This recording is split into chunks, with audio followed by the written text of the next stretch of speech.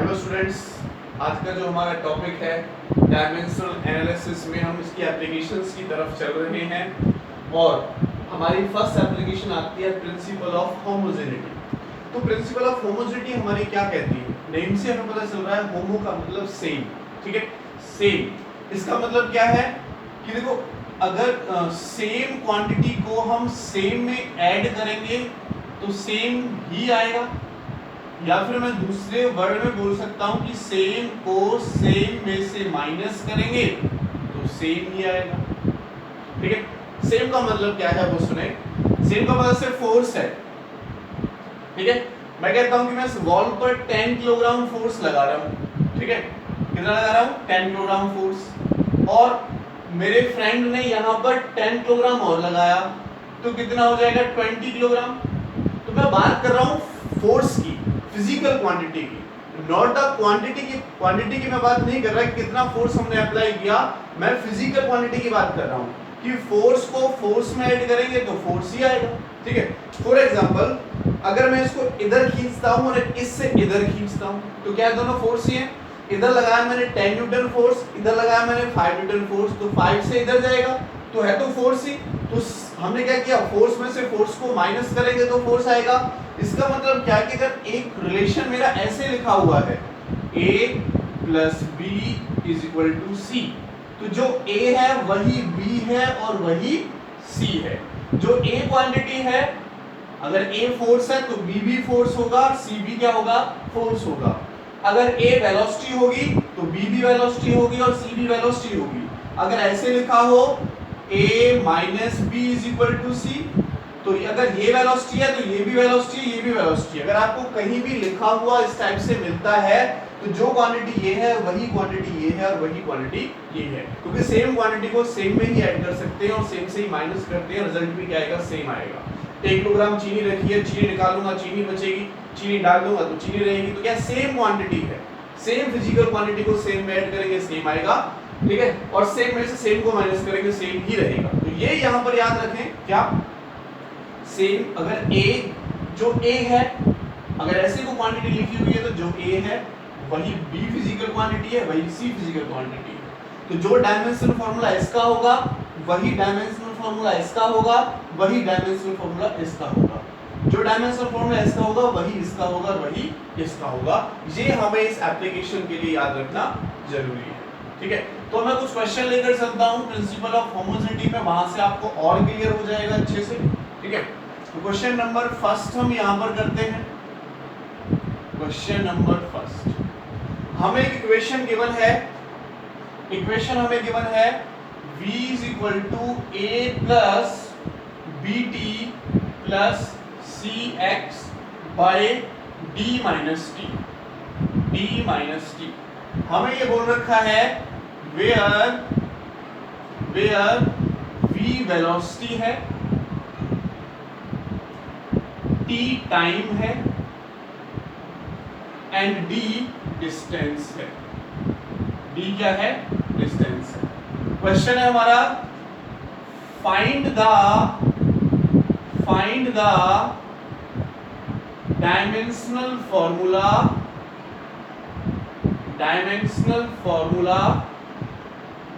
ठीक है, of a b c and d। ये हमारा क्वेश्चन है, ठीक है। वेयर हमें वेलोसिटी दे रखी है, टाइम दे रखा है, डिस्टेंस दे रखा है। तो देखो कैसे करेंगे इस क्वेश्चन को। बहुत ही सिंपल सा क्वेश्चन है, बहुत ही simple, very very simple question हम यहां पर कर रहे हैं। तो यहां पर देखो v is equal to a plus ये क्वांटिटी प्लस ये क्वांटिटी प्लस ये क्वांटिटी इज इक्वल टू ये क्वांटिटी।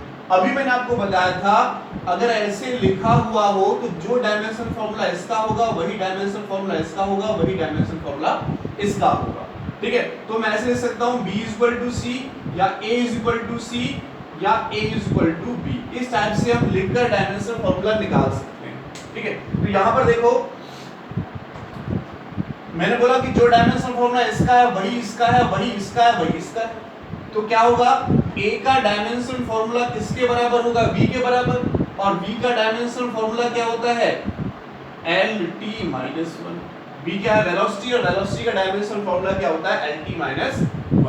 तो जिन्होंने डायमेंशनल फॉर्मूले का पहला पार्ट नहीं देखा है वो पहला पार्ट देखें, तभी ये हमारा चीज समझ में आएगी। ठीक है, ये सेकंड पार्ट हम यहाँ पर आपको करा रहे हैं। तो a इक्वल टू वेलोसिटी के बराबर हो जाएगा, a equal to lt minus 1। अच्छा नेक्स्ट देखो, मैं ऐसे लिख सकता हूँ कि bt इक्वल टू v, क्योंकि जो ये क्वांटिटी है वो ये क्वांटिटी है, तो मैं इस क्वांटिटी को भी इसके इक्वल लिख सकता हूँ। तो मैंने लिखा bt इक्वल टू v, और b निकालेंगे तो v बाय t। तो v का डायमेंशन फॉर्मूला lt माइनस 1 और t टाइम है तो टाइम का डायमेंशन फॉर्मूला t, पे ऊपर जाके माइनस 1 हो जाएगा तो lt माइनस 2 हमारे पास v का डायमेंशन फॉर्मूला निकल के आ गया। किसका आ गया? v का। अच्छा एक चीज और देखो, यहाँ पर ये वाली क्वांटिटी देखो d माइनस t। मैंने क्या बताया, चाहे माइनस हो चाहे इन दोनों में से माइनस हो रहा हो चाहे प्लस हो रहा हो, जो फिजिकल क्वांटिटी इसकी है वही इसकी है। तो मैं इसको इसके बराबर लिख सकता हूँ, a को b के बराबर लिख सकता हूँ। तो मैं क्या लिख सकता हूँ कि d इक्वल टू क्या हो जाएगा t, और t का डायमेंशन फॉर्मूला कैपिटल T होता है टाइम का। ठीक है, तो d का डायमेंशन फॉर्मूला ये आ जाएगा। अब बचा किसका? a का हमने निकाल लिया, b का हमने निकाल लिया, c का हमने निकाल लिया, अब बचा d का, सॉरी d का निकाल लिया, बचा c का। तो c का डायमेंशन फॉर्मूला देखो, ये क्वांटिटी अब मैं क्या लिख सकता हूं, v is equal to cx divided by d minus t। ये भी टाइम है, ये भी टाइम है, हमने निकाला टाइम, तो टाइम में से टाइम जाएगा, टाइम बचेगा, तो मैं सीधा मान सकता हूं ये क्या है, मेरे पास टाइम है। ठीक है, टाइम माइनस टाइम टाइम है, तो c किसके इक्वल आ जाएगा, v into t divided by x। तो c is equal to v का डायमेंशन फॉर्मूला लिखो lt माइनस 1, टाइम का डायमेंशन फॉर्मूला लिखो t आ जाएगा, डिस्टेंस का डायमेंशन फॉर्मूला लिखो l आ जाएगा। तो l से l कटेगा और t से t कटेगा। ठीक है, l से l कटेगा, t से t कट जाएगा, तो c का डायमेंशन फॉर्मूला कोई होगा नहीं, तो क्या लिखेंगे, नो डायमेंशनल फॉर्मूला।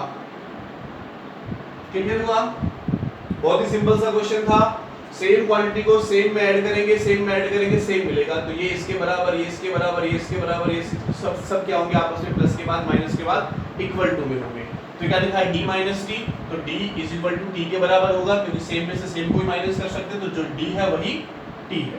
तो ये हमने निकाला, v की वैल्यू हमने पुट कर दी, t की वैल्यू हमने पुट कर दी यहाँ से, और इसकी वैल्यू हमने यहाँ पर पुट कर दी। तो हमें c का कोई डायमेंशन फॉर्मूला मिला, केवल a का, b का और d का डायमेंशन फॉर्मूला। चलो नेक्स्ट क्वेश्चन की तरफ चलते हैं। नेक्स्ट क्वेश्चन की तरफ हम चलते हैं। यहाँ पर दो तीन क्वेश्चंस के आपको कराएंगे ताकि आपको अच्छे से ये चीजें क्लियर हो जाए। हमें एक इक्वेशन गिवन है और इक्वेशन लिखी हुई है v minus B into p plus a by B square is equal to R T. ठीक है, ये हमें लिखा हुआ है और हमसे बोला हुआ है, पहले क्वेश्चन लिख लेते हैं, find dimensional formula of a and b। इस a का b का आपको डायमेंशनल फॉर्मूला यहां से निकालना है। ठीक है, गिवन है, हमें गिवन क्या है वो देख लेते हैं। v बोल रखा है वॉल्यूम है, ओके, p बोल रखा है प्रेशर है, और क्या बचा, r बोल रखा है गैस कांस्टेंट है, और t बोल रखा है टेम्परेचर। अब यहां थोड़ी सी आपको प्रॉब्लम हो सकती है कि सर इसकी मल्टीप्लिकेशन इसके साथ करें तो क्वांटिटी बनेगी, फिर सब कोई ऐड में आएगा, कोई माइनस में आएगा, फिर इसको RT के इक्वल रखेंगे। नहीं, इतना करने की जरूरत नहीं है। सिंपल हम क्या करेंगे, यहाँ पर बहुत ही सिंपल सा क्वेश्चन इसको हम लेकर चल रहे हैं। देखो v में से b माइनस हो रहा है, तो जो v है वही b है, क्योंकि सेम में से सेम को माइनस कर सकते हैं। तो मैं लिख सकता हूँ कि b is equal to v, और v क्या है, वॉल्यूम, वॉल्यूम का डायमेंशन फॉर्मूला LQ, तो b का डायमेंशन फॉर्मूला आ गया LQ। ऐसे देखो इस ये p जो है प्लस हो रहा है a बाई बी स्क्वायर के, इसका मतलब क्या है कि जो p है वही a बाई बी स्क्वायर है, पूरी क्वांटिटी। ठीक है, प्लस के बाद पूरी की पूरी क्वांटिटी हम यहाँ पर लेंगे, तो क्या हो जाएगा, a is equal to P B square. p क्या हमारे पास, प्रेशर, प्रेशर का डायमेंशन फॉर्मूला अगर आपको याद नहीं हो डायरेक्ट, तो फोर्स का मैंने आपको बताया, फोर्स का हमेशा याद रखना है, क्या होता है ml(t-2), क्योंकि फोर्स काफी जगह पर यूज होगा, एरिया का क्या हो जाएगा l², तो प्रेशर का डायमेंशन फार्मूला क्या बना ml-1t-2। l² है ऊपर जाएगा -2 हो जाएगा, -2 इसकी +1 पावर है, इसकी बेस सेम हो तो पावर ऐड हो जाती है, तो ml-1t-2 ये लिख देंगे ml-1t-2। b क्या वॉल्यूम, वॉल्यूम का क्या होता है l का क्यूब और उसका भी क्या है स्क्वायर, उसका भी क्या है सॉरी क्यूब स्क्वायर, सॉरी यहाँ पर क्या है स्क्वायर है, तो क्या आएगा देखो m क्या हो जाएगा l का क्यूब का स्क्वायर करेंगे तो l6, ये l-1 है तो l-5t-2, ये हमारे पास ए का डायमेंशनल फार्मूला आ जाएगा, ये बी का डायमेंशनल फार्मूला है। ठीक है, बहुत ही इजी सा क्वेश्चन था, बहुत ही इजी सा क्वेश्चन था। चलो एक क्वेश्चन और लेकर चलते हैं हम प्रिंसिपल ऑफ होमोजेनिटी पर। अब आपको धीरे धीरे समझ में आ गया होगा कि हमें करना क्या है। ठीक है, नेक्स्ट क्वेश्चन हम लेकर चलते हैं, क्वेश्चन नंबर 2 हो गया, क्वेश्चन नंबर 3 हमारा क्वेश्चन है, हमें रिलेशन दे रखा है f = a√x + bt²। ये हमें क्वेश्चन दे रखा है। क्वेश्चन क्या पूछता है, find the dimensional formula of a/b, यानी हमें a का डायमेंशनल फॉर्मूला निकालना है, b का निकालना है, फिर दोनों को आपस में डिवाइड करके लिखना है। ठीक है, और गिवन है हमें क्या गिवन है, f दे रखा है फोर्स, x दे रखा है डिस्टेंस और t दे रखा है टाइम। t क्या दे रखा है हमें, टाइम। ठीक है, तो आंसर करते हैं इसका, चलो देखते हैं। फिर से वही फॉर्मूला हमें लगाना है, same quantity same quantity same quantity, plus के बाद जितना भी है वो सेम क्वांटिटी, पहले जितना भी है वो सेम क्वांटिटी, पूरी की पूरी क्वांटिटी हमें लेकर चलनी है। तो जो ये क्वांटिटी है वही ये क्वांटिटी है, वही ये क्वांटिटी है। तो पहले मैं a का निकाल लेता हूँ, तो मैं लिख सकता हूँ a√x = फोर्स। ठीक है, तो a निकालेंगे तो f/√x, फोर्स का डायमेंशन फॉर्मूला ml(t-2), x का डायमेंशनल फॉर्मूला √l, और √l को मैं लिख सकता हूँ l⁻²। ठीक है, और क्या आ जाएगा a = ये l ऊपर जाएगा तो ऊपर तो पहले से ही 1 है, ये ऊपर जाएगा -1, तो क्या बचेगा l1/2t-2। ये हमारे पास a का डायमेंशनल फॉर्मूला निकल के आया। सिमिलरली अगर मैं b का डायमेंशनल फॉर्मूला निकालता हूँ तो मैं लिख सकता हूँ bt² = f, और b निकालूंगा तो f/t², f ml(t-2) और डिवाइडेड बाय t² हो जाएगा। ठीक है, t का पुट करेंगे t², तो b = t ऊपर जाएगा तो बताओ क्या होगा ml(t-4), यहाँ पे इसकी पावर +2 ऊपर जाएगी तो क्या हो जाएगी -2, तो क्या लिखा जाएगा t-4। अच्छा, निकालना क्या है a/b, तो a/b अगर निकाला जाए तो देखो a लिखो ml1/2 and t-2, divide by b क्या हो जाएगा ml(t-4), तो किसके बराबर होगा, देखो इससे ये कटेगा। अब देखो ये जब ऊपर जाएगा तो इसकी पावर -1 हो जाएगी, तो -1 से हाफ प्लस का जाएगा तो l-1/2, और ये t-4 है ऊपर जाएगा तो प्लस का t कितना बचेगा, तो ये हमारे पास a/b का डायमेंशन फॉर्मूला यहाँ से निकल आएगा। तो ऐसे बहुत सारे क्वेश्चंस हम यहाँ पर कर सकते हैं, बहुत सारे क्वेश्चन बनेंगे, लेकिन हमारे पास जो बेसिक है हमें एक ही चीज लगानी है, same quantity same quantity same quantity, उन्हीं को एक पर रख के हमें फॉर्मूला निकालना है। चलो एक और क्वेश्चन में, लास्ट क्वेश्चन इस पर देख लेता हूँ प्रिंसिपल ऑफ होमोजेनिटी पर, फिर इसकी नेक्स्ट एप्लीकेशन की तरफ हम यहाँ पर चलेंगे। एक क्वेश्चन मैं यहाँ पर और देखता हूँ, अच्छा क्वेश्चन है वो भी हमारा। हमें एक इक्वेशन दे रखी है y = a sin ωt minus kx, y = a sin ωt minus kx। क्या फाइंड करना है, find the dimensional formula of omega and के, यानी ओमेगा का निकालना है, के का डायमेंशन फॉर्मूला निकालना है। तो मैंने आपको बताया कि जिससे साइन फंक्शन होते हैं, कोसाइन फंक्शन होते हैं, इनका कोई डायमेंशन फॉर्मूला नहीं होता। अगर मैं कंप्लीटली ऐसे लिखूं साइन थीटा और सिंपल थीटा भी लिखूं तो नो डायमेंशनल फॉर्मूला, कोई डायमेंशन फॉर्मूला इनका नहीं होता। ठीक है, e raise to power e है जिसका भी कोई डायमेंशनल फॉर्मूला नहीं होता। ठीक है, पाई है, इसका भी कोई डायमेंशनल फॉर्मूला नहीं होता। तो मैं आपको बता चुका हूं पहले कि इनका कोई डायमेंशनल फॉर्मूला नहीं होता। तो हमें यहाँ से एक बात पता चल रही है कि जो पूरी की पूरी क्वांटिटी है ये या ये है। साइन के बाद क्या आता है थीटा, तो मैं लिख सकता हूँ theta equal to omega T minus K X. भाई साइन के बाद क्या आता है थीटा, तो मैंने लिखा क्योंकि मुझे ओमेगा और के का निकालना, तो मैंने लिखा theta equal to omega T minus K X. अब बन गया हमारा वही same quantity same quantity same same में सेम को माइनस करेंगे सेम मिलेगा।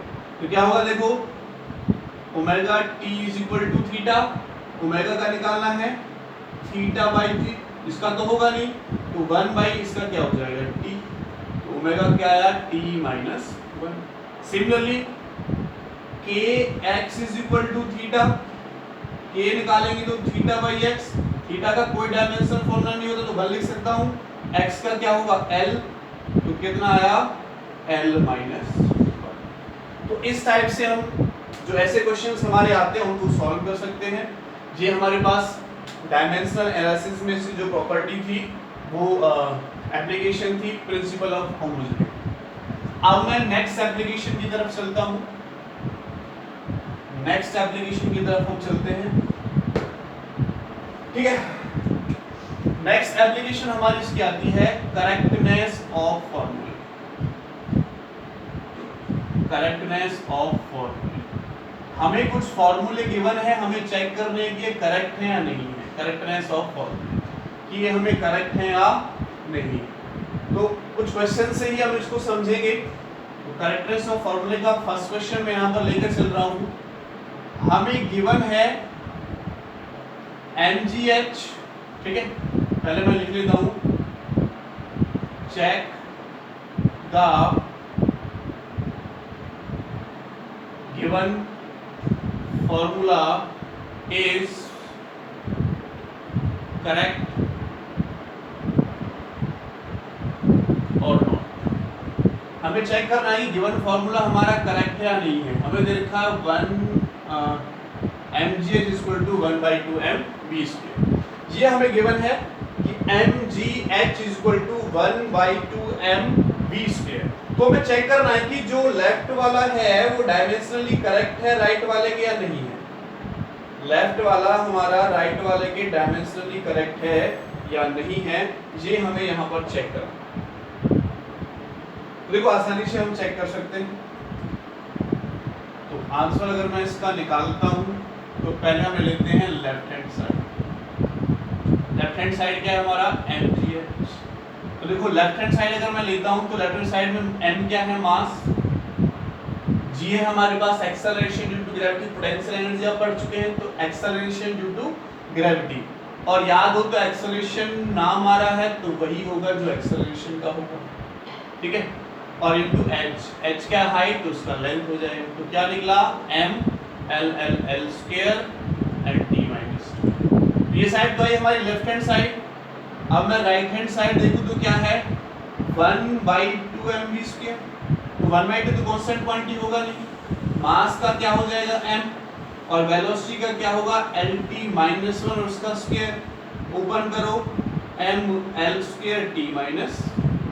देखो जो ये है वही ये है, तो हेंस प्रूफ हो गया left hand side is equal to right hand side. ये हमारा प्रूफ है, ठीक है। तो इस टाइप से हम इनको प्रूव कर सकते हैं, बहुत ही सिंपल सा तरीका है हमारा। चलो एक दो क्वेश्चन और ले लेते हैं, समझ में आ गया होगा सिंपल। एक दो क्वेश्चन हम और ले लेते हैं। देखो डायमेंशनल फॉर्मूले कुछ क्वांटिटी के आपको याद रखने पड़ेंगे और कुछ फॉर्मूले से आप बना सकते हो। कुछ क्वांटिटी के आपको याद रखने पड़ेंगे और कुछ फॉर्मूले से आप ड्राइव कर सकते हो। तो checking the correctness, the given formula is correct और नॉट। एक फॉर्मूला और ले रहा हूं। हमें गिवन है t = 2 पाई रूट l/g, ठीक है। हमें गिवन है t है वो टाइम है,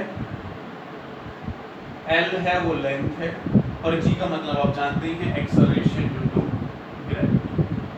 तो इसमें भी क्या करेंगे, अगर मैं देखो लेफ्ट हैंड साइड लेता हूं तो लेफ्ट हैंड साइड क्या है टाइम, तो टाइम का क्या आ जाएगा। अब राइट हैंड साइड का ले लो तो राइट हैंड साइड इसका तो होगा नहीं, केवल इसका होगा, तो रूट में लेंथ का L और एक्सेलरेशन ड्यू टू ग्रेविटी का एक्सेलरेशन वाला lt माइनस 2 12 से कटेगा, t ऊपर जाएगा तो क्या आ जाएगा रूट t स्क्वायर, रूट को ओपन करेंगे तो देखो left hand side is equal to right hand side. Question number 3 clear. बहुत ही सिंपल सा फिनोमेना है चेकिंग द करेक्टनेस ऑफ फार्मूले का, तो इसको हम आसानी से कर सकते हैं। चलो आई थिंक बहुत है इस पर क्वेश्चन, तो आप आसानी से कर सकते हो, कितने भी क्वेश्चंस आप इसके ले लो। तो मैं अब उसकी नेक्स्ट एप्लीकेशन पर चलता हूँ। इसमें इतने क्वेश्चन, 2 क्वेश्चन काफी हैं क्योंकि बहुत ही इजी सी एप्लीकेशन थी हमारी चेकिंग द करेक्टनेस ऑफ फार्मूले। अब हमारे पास एक और एप्लीकेशन आती है कन्वर्जन ऑफ यूनिट्स। इसकी जो थर्ड एप्लीकेशन है वो है conversion of units. Conversion of units यानी एक टाइप की यूनिट को हम दूसरे टाइप की यूनिट में कैसे कन्वर्ट करेंगे वो हमें निकालना है। एक टाइप की यूनिट को दूसरी टाइप की यूनिट में कैसे, मतलब राइट। जैसे आपको पता है कि जो किलोग्राम है उसको हम ग्राम में चेंज कर सकते हैं, मीटर है उसको सेंटीमीटर में चेंज कर सकते हैं, वो तो हमें गिवन है, पता है, बहुत टाइम से हम यूज करते आ रहे हैं कि 1 किलोग्राम में 1000 ग्राम हो जाएगी और 1 मीटर में 100 सेंटीमीटर हो जाएगी। लेकिन ये तो केवल मास की और लेंथ की बात हुई। अब अगर मैं फोर्स की बात करता हूँ तो देखो फोर्स में सभी क्वांटिटी आ जाती है, मास भी होता है, एक्सेलरेशन की बात करता हूँ तो वेलोसिटी अपॉन टाइम होता है, तो एक्सेलरेशन भी हुआ, वेलोसिटी भी, टाइम भी हुई, तो उसमें 3 क्वांटिटी आ गई। तो अगर फोर्स की मैं एसआई यूनिट देखता हूँ तो न्यूटन टाइम में चेंज करेंगे तो क्या आएगा, इसका एक जनरल फॉर्मूला हम बनाते हैं। पहले सुनिए, एक गिवन क्वांटिटी है वो n1 u1 और n2 u2 के बराबर है। n1 u1 और n2 u2 के बराबर है कौन, एक गिवन क्वांटिटी हमारे पास यहां से है जो n1 u1 n2 u2 के बराबर है। इसका मतलब क्या है भाई, मैं कहता हूं कि मेरे पास 1 किलोग्राम चीनी है, आप कहते नहीं सर आपके पास 1000 ग्राम चीनी है, तो बात तो एक ही हुई, चाहे 1 किलोग्राम हो चाहे 1000 ग्राम हो। हमने क्या किया, केवल एसआई यूनिट को सीजीएस यूनिट में चेंज कर दिया है। एसआई यूनिट को किस में चेंज कर दिया है, सीजीएस यूनिट में चेंज कर दिया है। तो देखो क्वांटिटी उतनी ही है, क्वांटिटी सेम है, चाहे मैं उसको 1 किलोग्राम लिखूं चाहे मैं उसको 1000 ग्राम लिखूं, ठीक है। तो यहां पर देखो n1 मेरे पास 1, n2 मेरे पास 1000, ठीक है, और u1 मेरे पास किलोग्राम और u2 मेरे पास ग्राम। यानी मैंने एक टाइप के सिस्टम को दूसरे टाइप के सिस्टम में चेंज किया। यहां पर केवल मेरा मास आया, यहां पर क्या आया, मास आया। लेकिन लाइक अगर मैं फोर्स की बात करता हूं तो मास इनटू एक्सेलरेशन होता है, तो क्या लिखा जाएगा, mass into velocity upon time. Velocity भी आएगी, टाइम भी आएगी, और वेलोसिटी क्या होती है, लेंथ अपॉन टाइम का स्क्वायर, तो लेंथ भी आएगी, टाइम भी आएगी, मास आएगी, ऐसे सारी क्वांटिटी हमारे पास आती है। तो बेसिक जो हम यहाँ आपके सिलेबस में पढ़ते हैं वो 3 क्वांटिटीज के बारे में पढ़ते हैं, मास, लेंथ, टाइम। टेम्परेचर भी किसी किसी क्वांटिटी में यूज होता है। तो एक जनरल सा फॉर्मूला हम यहाँ पर बना लेते हैं किसी चीज को लेके, Q is equal to, quantity same है, ठीक है, तो Q को मैं नहीं लिख रहा हूँ, मैं लिख सकता हूँ कि देखो अगर मुझे N2 निकालना हो, यहाँ से N2, तो हो जाएगा N1 U1 upon U2, N1 U1 upon U2, ठीक है। अब U1 जो है फिलहाल यहाँ पर किसकी क्वांटिटी थी, मास की थी। मीटर, अगर मैं मीटर और सेंटीमीटर की बात करता हूँ तो लेंथ में आ जाएगी। फोर्स की बात करता हूँ तो मास भी है, लेंथ भी है, टाइम भी है। तो मैं तीनों चीज में लेकर चल रहा हूँ। मास मैंने लिया, ठीक है, U1 यानी M1, इसके लिए मैंने मास ले लिया, L1 अपॉन नीचे L2 और T1 अपॉन नीचे। अब देखो जैसे टाइम की पावर है तो हो सकता है किसी क्वांटिटी में मास की पावर भी हो, लेंथ की पावर भी हो, टाइम की पावर भी हो। तो अपनी तरफ से एक जनरल फॉर्मूला मैंने बनाया कि इसकी पावर A होगी, इसकी पावर B होगी, इसकी पावर C होगी। बस हमें ये जानना है कि ए क्या होगा, बी क्या होगा, सी क्या होगा, वो हम इस फॉर्मूले में पुट करेंगे और सॉल्व कर लेंगे। तो इस जनरल फॉर्मूले को याद रखेंगे हम, इसी फॉर्मूले का हम आगे यूज करेंगे और सिंपली हम क्वेश्चंस को सॉल्व कर सकते हैं। सिंपली हम क्वेश्चंस को सॉल्व कर सकते हैं। ठीक है, चलो कुछ क्वेश्चंस हम यहाँ पर कर लेते हैं, कुछ क्वेश्चंस हम यहाँ पर करते हैं।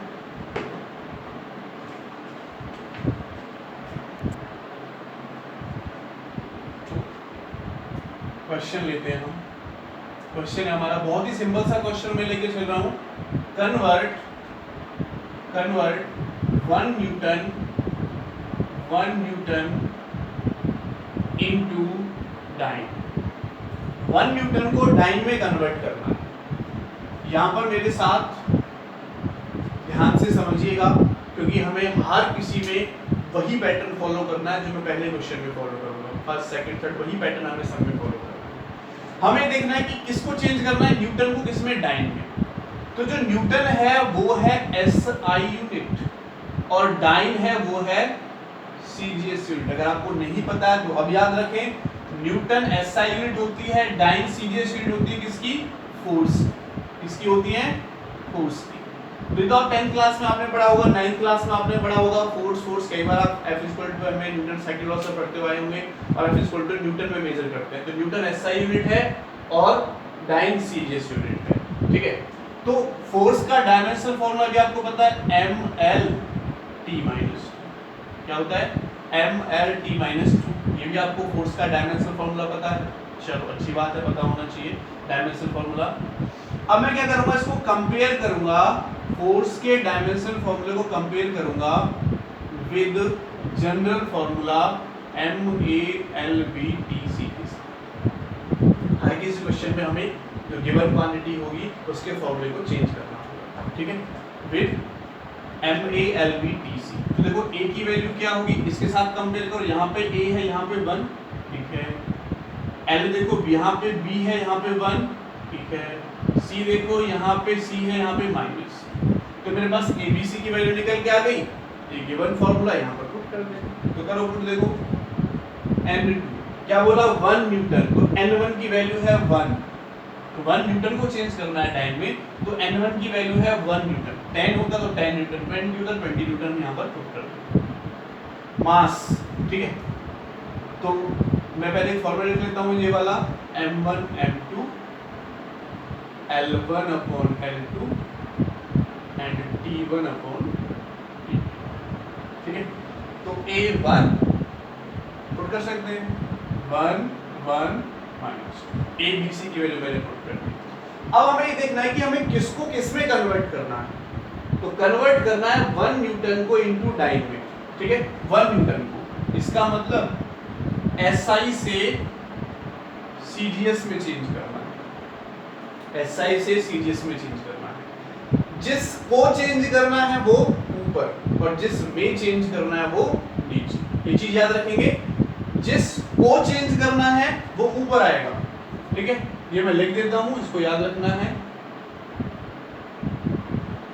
जिसको चेंज करना है और जिसकी वैल्यू निकालनी है,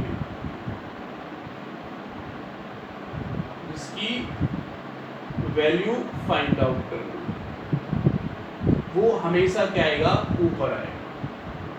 ठीक है, इस वाले क्वेश्चन में उसको ऊपर लिखेंगे।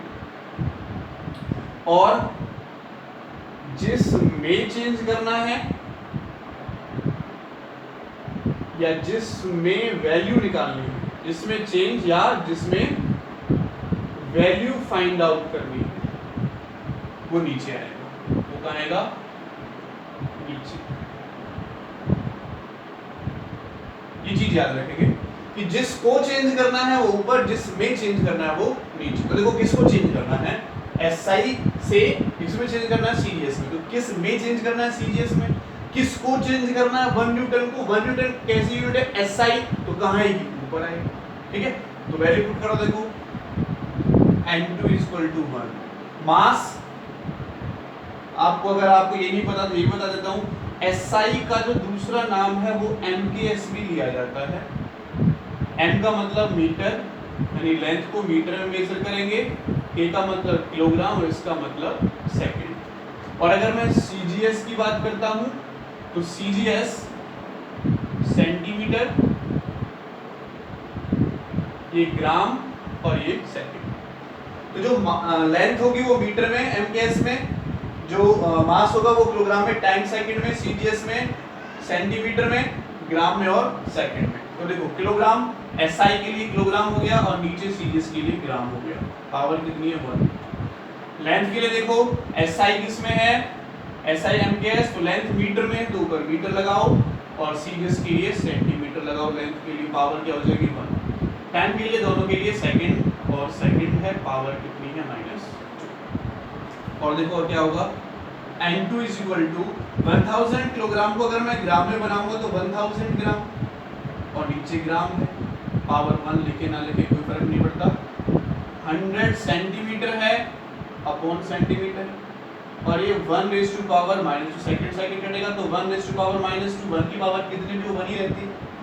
और देखो और क्या हो जाएगा, अगर मैं इसको आगे सॉल्व करता हूँ तो N2 इक्वल टू ग्राम से ग्राम कटेगा, सेंटीमीटर से सेंटीमीटर कटेगा, तो 3 जीरो यहाँ पर, 2 जीरो यहाँ पर, तो मैं लिख सकता हूँ 10⁵ मैं लिख सकता हूँ 10⁵ तो N2 की वैल्यू आई 10⁵ इसका मतलब क्या हो गया कि 1 न्यूटन इज इक्वल टू हो गया 10⁵ डाइन टेक। ऐसे तो लिखा था हमने N1U1 is equal to N2U2, तो N1 कितना है 1, U1 कितना है न्यूटन, तो 1 Newton is equal to N2 की वैल्यू हमने निकाली 10⁵ और U2 की वैल्यू हमने डाइन में चेंज करनी थी तो डाइन लिख दी, तो 1 न्यूटन इज इक्वल टू आया 10⁵ डाइन। कुछ नहीं करना, हमें जो मेन यहाँ पर फंक्शन है वो ये याद रखना, जिसको चेंज करना है वो ऊपर, जिसमें चेंज करना है वो नीचे, जिसकी वैल्यू निकालनी है, ठीक है, जिसकी वैल्यू निकालनी है वो ऊपर, जिसमें वैल्यू निकालनी है वो नीचे। ये याद रख लो, कुछ नहीं है इस एप्लीकेशन में, ठीक है, बहुत ही सिंपल सी एप्लीकेशन आपके लिए हो जाएगी। ये हमें जो स्टेप है वो याद रखना पड़ेगा, ये स्टेप हर किसी में फॉलो होगा। चलो नेक्स्ट क्वेश्चन मैं यहाँ पर लेकर चलता हूँ। अब एक और क्वेश्चन हम यहाँ पर लेकर चलते हैं, ठीक है, नेक्स्ट क्वेश्चन हम यहाँ पर लेकर चलते हैं। एक क्वेश्चन हमें गिवन है, find the value of 100 joule. Question मैं लिख लेता हूँ, क्वेश्चन मैं यहाँ पर लिख लेता हूँ ताकि आपको अच्छे से समझ में आ जाए। Find the value of 100 joule. Question क्या है, find the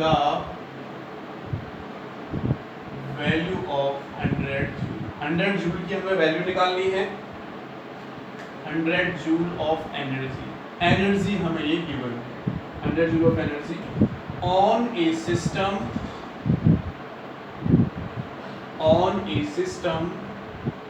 whose fundamental units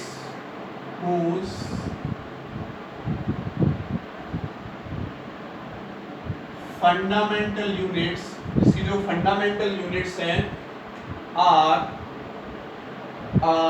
100 gram, 10 centimetre and half minute.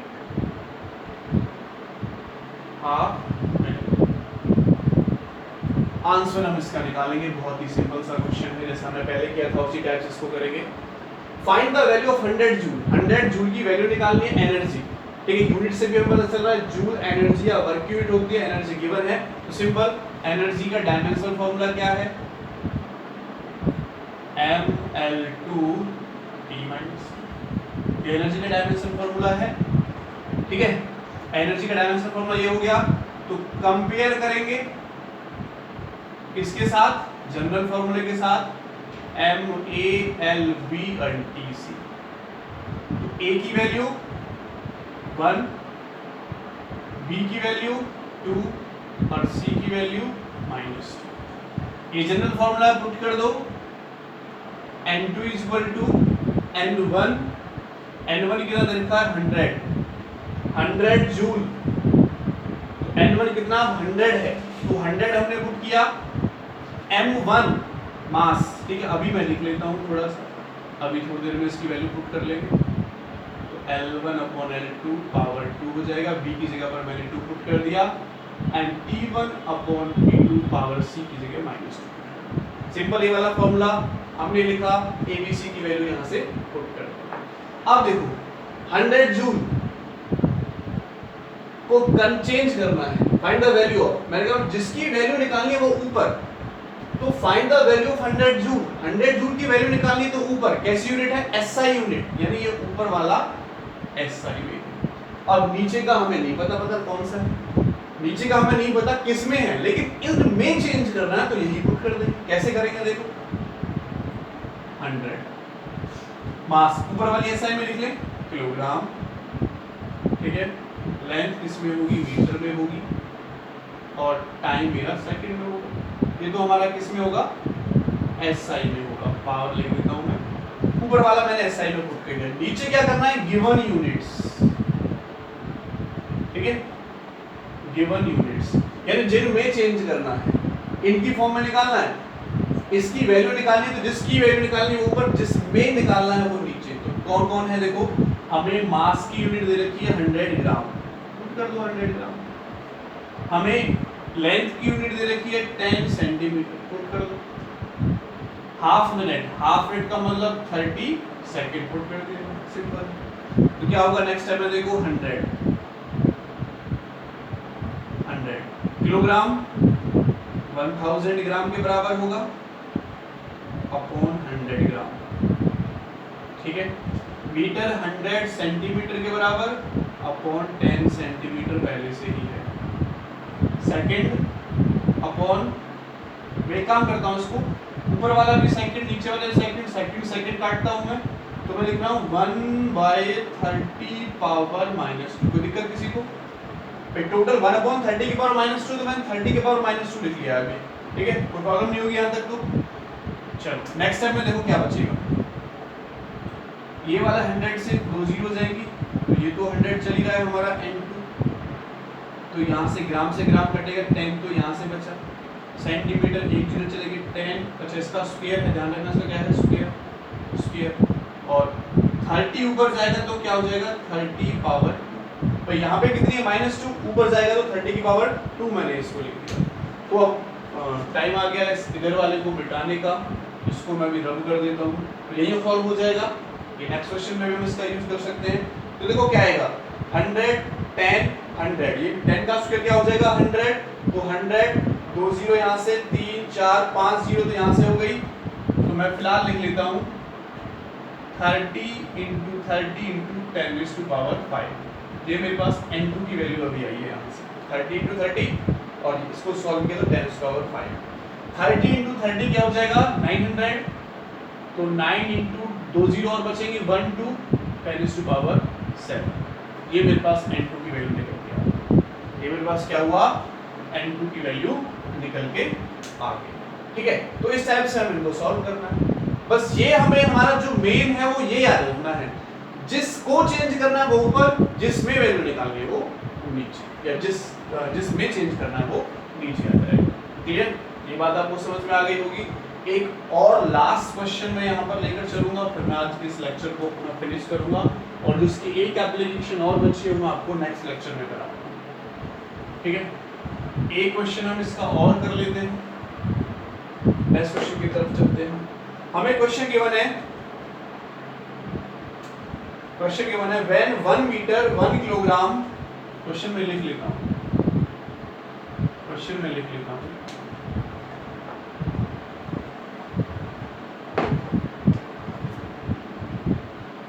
Question है when 1 metre 1 kilogram and 1 minute are the fundamental units are taken as the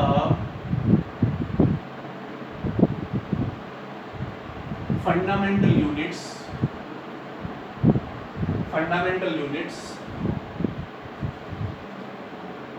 the magnitude of force the magnitude of force is 36 unit. 36 unit. What will be the value of this? क्या question है? What will be the value of this in CDS? यानी this force में लिख सकता हूँ this force in CDS.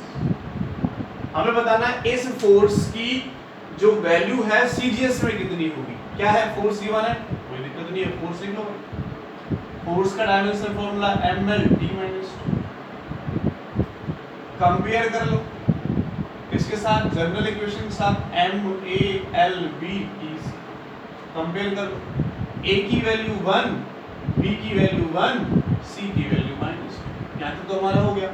अब हमें देखो ये 36 फोर्स दे रखा है जब यूनिट ये थी, इसमें चेंज करना है CGS में, तो इसका मतलब नीचे कौन आएगा? CGS. ठीक है, तो मैं फॉर्मूला लिख रहा हूँ N2 = N1 M1/M2 L1/L2 and T1/T2.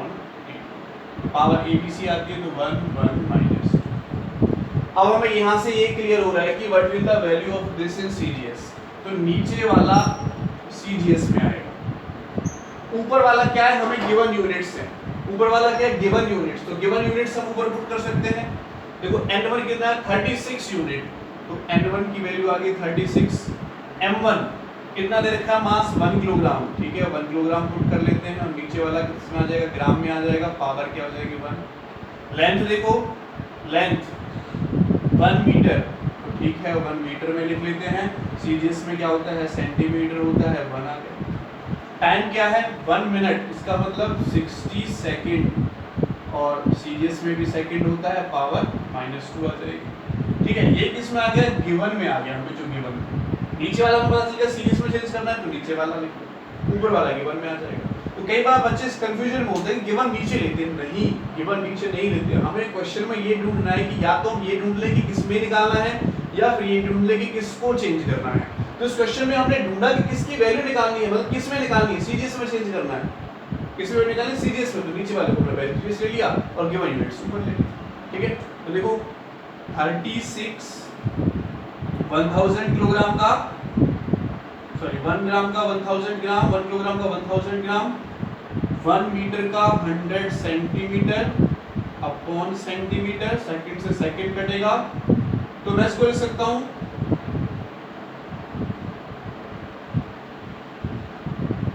हाँ जी, ये लिख सकते हैं. किसी को प्रॉब्लम तो नहीं है इसमें?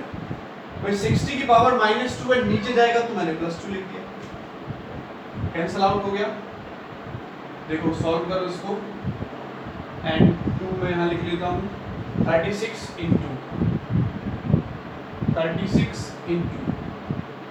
3 जीरो यहाँ से, 2 जीरो यहाँ से, तो टोटल 10⁵ इंटू 60 का स्क्वायर. तो 60 का स्क्वायर क्या हो जाएगा? 3600.